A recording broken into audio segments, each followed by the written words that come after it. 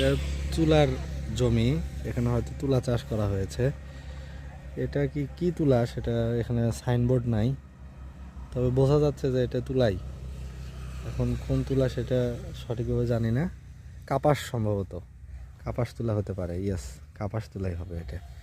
এই যে এখানে কলির মতো, কলির মতো গিটে গিটে কলির মতো বের হয়, ওটাই হয়তো পরবর্তীতে যে ফুলও এসেছে, কিছু কিছু ফুল দেখা যাচ্ছে।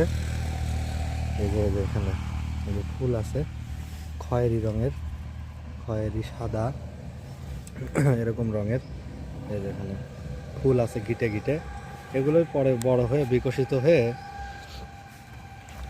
সেখান থেকে তুলা উৎপন্ন হবে।